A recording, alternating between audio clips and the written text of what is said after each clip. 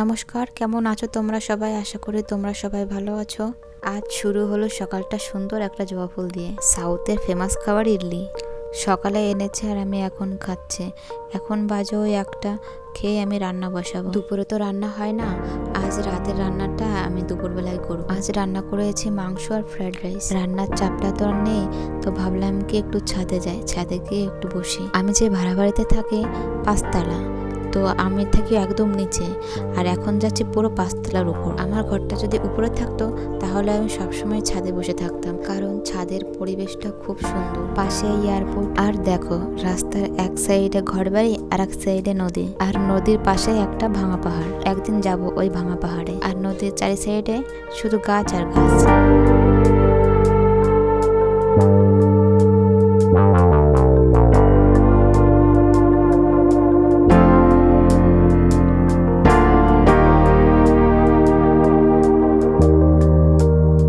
একদিকে রোদ আর একদিকে এত হাওয়া, আমি তাকাতেই পারছি না।